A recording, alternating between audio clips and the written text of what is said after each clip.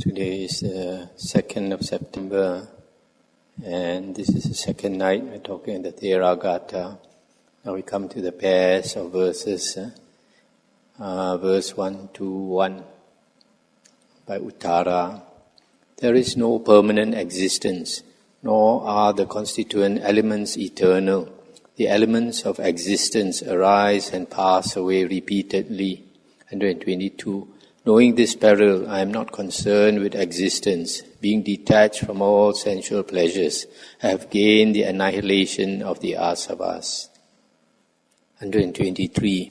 This by Piṇḍo Bharadvaja. This holy life is not lived by fasting. Food does not produce peace for the heart. Seeing that the body subsists upon food, I go searching. 124. They know that this respect and homage in high-born families is truly a bog, or a swamp. A fine dhat, hard to extract. Honor is hard for a worthless man to give up. So if a person don't really understand the Dhamma, then when he gets honor, he is very happy. But a person on the spiritual path is not bothered about honor or fame. And this holy life is also, you don't live the holy life by fasting. It's unproductive. You need food, but only thing don't have to be attached to food. 125, Valli. A monkey having approached the 5-doored small hut goes round and round from door to door, knocking again and again. 126. Stand still, monkey, do not run. For this is not for you as it was before. You are restrained by wisdom. You will not go far from here. I guess this 5-doored small hut refers to the body. The 5 doors are the 5 senses, 5 sense doors. And we go from one door to another through the seeing, hearing, smelling, taste and touch. 127, Gaṅgā tīriyat. My hut was made of 3 palm leaves on the bank of the Ganges. My bowl was only a funeral pot. My robe a rag from a dust heap. 128. In 2 rainy seasons, I uttered only one word. In the 3rd rainy season, the mass of darkness was torn asunder. 2 rainy seasons, the Pali word is vasa. Vasa refers to the rainy season. It also refers to the year. So in 2 years, he only uttered one word. At the 3rd year, he attained liberation. He's a very serious monk. Only 3 palm leaves as his hut. Very few monks can do this. 129, Ajinat. Even if one has the triple knowledge, has left death behind, and is without asavas, ignorant fools despise him as being unknown. 130. But whatever worldly individual obtains food and drink in this world, he is honored by them, even if he is of an evil nature. So, ascetic might be an arahant, but because he is unknown, sometimes people look down on him. 131. Meḷajinat. When I heard the teacher uttering the Dhamma, I was not aware of having any doubt in the omniscient, unconquered one. 132. In the caravan leader, the great hero, the best and foremost of charioteers, no doubt exists in me with regard to the road or the path. So he has this yoniso manasikara. When he listened to the Dhamma, he understood. And no more doubts. 133, Rādhat. Just as rain penetrates a badly thatched house, so desire penetrates an undeveloped mind. 134, just as rain does not penetrate a well-thatched house, so desire does not penetrate a well-developed mind. A well-developed mind is one which is rid of the 5 hindrances. That means has attained at least the first jhana. 135, Surā. My possibility of rebirth is now annihilated. The conqueror's teaching has been lifted out. What is called the net has been eliminated. That which leads to renewed existence has been rooted out. 136. I have attained that goal for which I went forth from the home to the homeless state, the annihilation of all fetters.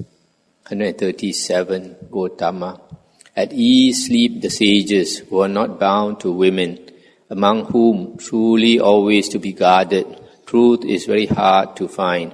138. We have caused your death, sensual pleasure. Now we are not in your debt. Now we go to quenching, where having gone, one does not grieve. 139. Vasabhat. First he kills himself, afterwards he kills others. He kills himself well dead, as a fowler with a decoy. 140. A Brahmana does not have his color on the outside, or a Brahmana has his color on the inside.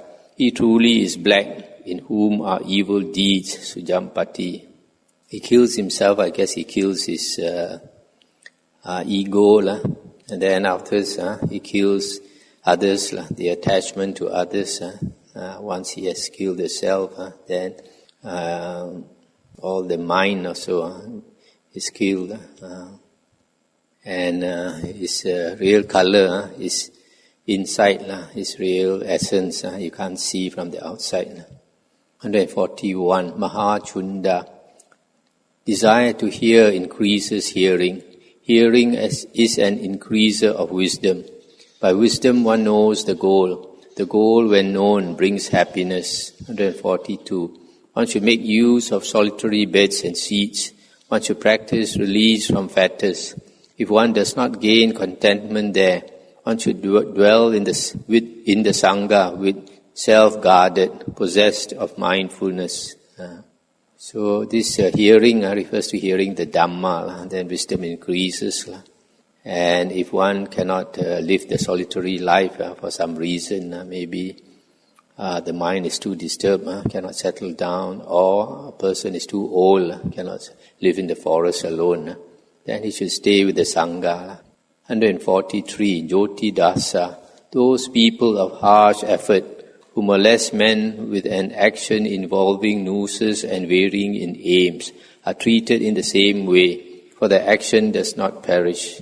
144. Whatever action a man does, good or evil, he is the heir of whatever action he does. 145. Herañña kānit. Days and nights pass by. Life is brought to a halt. The life of mortals is exhausted like the water of small streams. 146. But while doing evil actions, the fool does not understand that afterwards it is bitter for him. Truly his fruit is evil. 147. Somamittat. Just as one climbing onto a small plank would sink in the great ocean, so even one who lives a virtuous life sinks if he depends upon an inactive man. Therefore, one should avoid that inactive man or lazy man who is lacking in energy. 148. One should dwell with those clever ones who live apart, the noble, resolute meditators who are continually putting forth energy.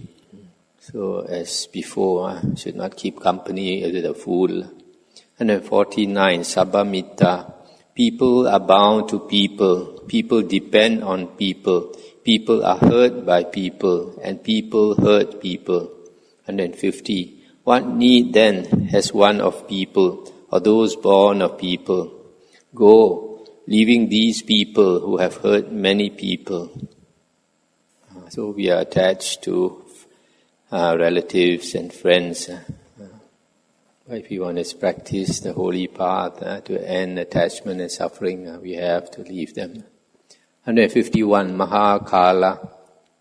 The large swarthy woman, like a crow, having broken a thigh bone, and then another, having broken an arm, and then another, having broken a skull, like a curt's bone, is seated, having heaped them together. 152. The fool who, being ignorant, makes a basis for rebirth comes to pain again and again. Therefore, one who knows should not make a basis for rebirth. May I never lie again with my skull broken. I don't know who is this woman. Maybe she goes to the cemetery and collects the bones. 153, Tissat, with shaven head, wearing his outer robe, obtaining food, drink, clothes and bed, he gets many enemies. 154, knowing this fearful peril in honors, a monk should go forth, receiving little gain, without lust, mindful. 155, Kimbila, in the Pachina Vangsa grove, companions of the Sakin clan, having given up no small store of wealth, delighting in whatever comes into their alms bowls. 156, putting forth energy, resolute, always of strong effort, delight in contentment in the Dhamma, having given up worldly contentment. 157, Nanda, because of unreasoned thinking, I was addicted to ornament, I was conceited, vain, and afflicted by desire for sensual pleasures. 158, with the aid of the Buddha, skilled in means, kinsman of the sun, I, practicing properly, plucked out my mind for existence. 159, Sirimat, if others praise him and the self is not concentrated, others praise in vain, for the self is not concentrated. 160, if others blame him and the self is well concentrated, others blame in vain, for the self is well concentrated. You find the Arahants are always, they value concentration very much. 161, Uttarat, I know the elements of existence. My craving has been completely rooted out. My constituents of enlightenment have been developed. I have gained the annihilation of the asavas. 162, this same I, knowing the elements of existence, having plucked out the ensnarer, having developed the constituents of enlightenment, shall be quenched without asavas. 163, that king was called Panada. It's by Bhaddaji. That king was called Panada, whose pillar, made of gold, was 16 arrow lengths across, in height 1,000-fold. 164. It was 1,000 arrow lengths high, and had 100 small ornaments. It was covered with banners and made of gold, and 7 times 6,000 musicians danced there. This maybe later you find more verses, and this one you can't understand what's going on. 165, Sobhi, being a wise monk, possessed of mindfulness, putting forth power and energy, in one night I recollected 500 aeons or world cycles. 166, developing the 4 intense states of mindfulness and the 7 bojjhangas and the 8 factors of the Noble Eightfold Path. In one night I recollected 500 world cycles. That's a pretty long time. So he took 12 hours to contemplate the past. 167, Valli. What is to be done by one of strong energy? What is to be done by one wishing to gain enlightenment? That I shall do. I shall not fail. See my energy and effort. 168. And do you show me the straight path which plunges into the undying? By sagehood I shall know it, as a stream of Ganges will eventually know the sea. These Arahants, they have supreme willpower, otherwise cannot attain. 169, Vita Soka. I thought, I shall shave my hair. The barber approached. Then taking a mirror, I considered my body. 170, my body seemed empty. In my state of mental blindness, the darkness of ignorance disappeared. All top knots have been cut off. There is now no renewed existence. This person must have already attained the 4 jhanas, about to shave his head, he attained enlightenment. 171, Punna Masa, leaving the 5 hindrances in order to attain rest from exertion, taking the Dhamma as a mirror, the seeing and knowing of the self. 172, I considered this whole body inside and out, both inside and out the body and outside the body seem empty.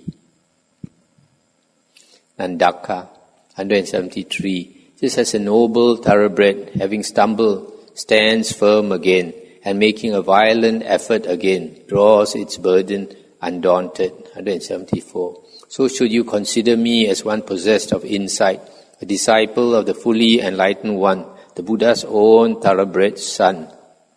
Then Bharata says, 175, Come, Nandaka, let us go into the presence of the preceptor. We shall roar the lion's roar, face to face with the best of the Buddhas. 176. We have now attained the goal for which, in compassion for us, the sage made us go forth, the annihilation of all fetters. Bharadvaja, 177. Thus the wise roar, like lions in a mountain cave, heroes, victorious in battle, having conquered Mara and his elephant. The teacher has been waited on by me. The Dhamma and the Sangha have been honored. I am happy and joyful seeing my son without asavas. So this Nandaka, probably he came to inform Bharata that he attained liberation. And Bharata also had already attained liberation. So Bharata said, come, let us go and see our preceptor and roar our lion's roar. And then I went to the preceptor, probably it says Bharadvaja. And he was very happy. He said, I am happy and joyful seeing my son without asavas. Kanha Dina, 179. Good men have been served. The teachings have been heard repeatedly. Having heard them, I entered on the straight path which plunges into the undying. 180. Desire for existence is not found again in me. Since I have smitten desire for existence, it was not and will not be in me, and is not found in me now. This last part now, it was not and will not be in me, and is not found in me now. This we came across in the Samyutta Nikaya. There are a few interpretations for this. But since we already saw in the Samyutta Nikaya, we don't discuss it here. Migasira, 181. Since I went forth in the teaching of the fully enlightened one, in the act of being released, I rose up. I overcame the element of sensual pleasure. 182. Then while Brahma was looking on, my mind was released. My release is unshakable because of the annihilation of all fetters. Sivaka, 183. Little houses are impermanent. Here and there, again and again. I have sought that house builder. Rebirth again and again is painful. 184. You are seen, house builder. You will not build a house again. All your rafters are broken. Your gables are torn asunder. The mind, brought to an end, will blow out in this very existence. What he's saying here a bit is like what the Buddha said. You are seen, house builder. You will not build this house again. Upavana, 185. The Arahant, the welfarer in the world, the sage, is troubled by winds. If there is hot water, to give it to the sage, Brahmin. 186. I wish to bring it to him who is honored by those who are to be honored, revered by those who are to be revered, respected by those who are to be respected. This one is in an earlier sutta we came across, possibly in the Samyutta Nikaya. One night, the Buddha had winds. These Buddha and the Arahant disciples. In those days, sometimes they beg for their food, sometimes they get, sometimes they don't get. They're not so fortunate like us nowadays. So because of that, many of the Arahants had this gastric problems, winds and all that. So the Buddha that night, he was troubled with winds. So he asked this monk Upavana, who was his attendant, to go and look for hot water. So this monk went to the house, to the nearest house, probably, and there was a Brahmin's house. And he asked the Brahmin for hot water to give to his teacher. Then the Brahmin brought him hot water as well as, I think, molasses or something. Isi Dina, 187. I have seen lay followers, experts in the Dhamma, saying, sensual pleasures are impermanent, but they are passionately devoted to jewel earrings because of their regard for children and wives. 188. Truly, they do not know the Dhamma as it really is, even though they say sensual pleasures are impermanent. They have no power to cut their desire. Therefore, they are attached to children, wives, and wealth. This is true of a lot of lay people. They study the Dhamma and then they say they know the Dhamma, but they cannot give up their attachments. It shows that they don't know the Dhamma. 189. Sambula Kachana. The sky rains and the sky thunders, and I dwell alone in a fearful hole. But while I dwell in a fearful hole, I have no fear, no consternation, no excitement. 190. This is my normal state when I am dwelling alone in a fearful hole. I have no fear, no consternation, no excitement. What is this fearful hole? It's probably a cave. I've gone to some cave in Thailand where you go in. Sometimes it goes in very deep. And when it goes in very deep, you dare not go in because you are quite sure inside those deep holes there are big pythons. So some of these caves, you live alone there, it's quite frightening. Anytime these big pythons can come. Just like I was staying in this big cave in Ratchaburi one night. In the middle of the night, 2 or 3 a.m., a big python passed by my side. And you know it's big because it drags his body and stop. Drag the body and stop. So I was fearful. Kitaka 191.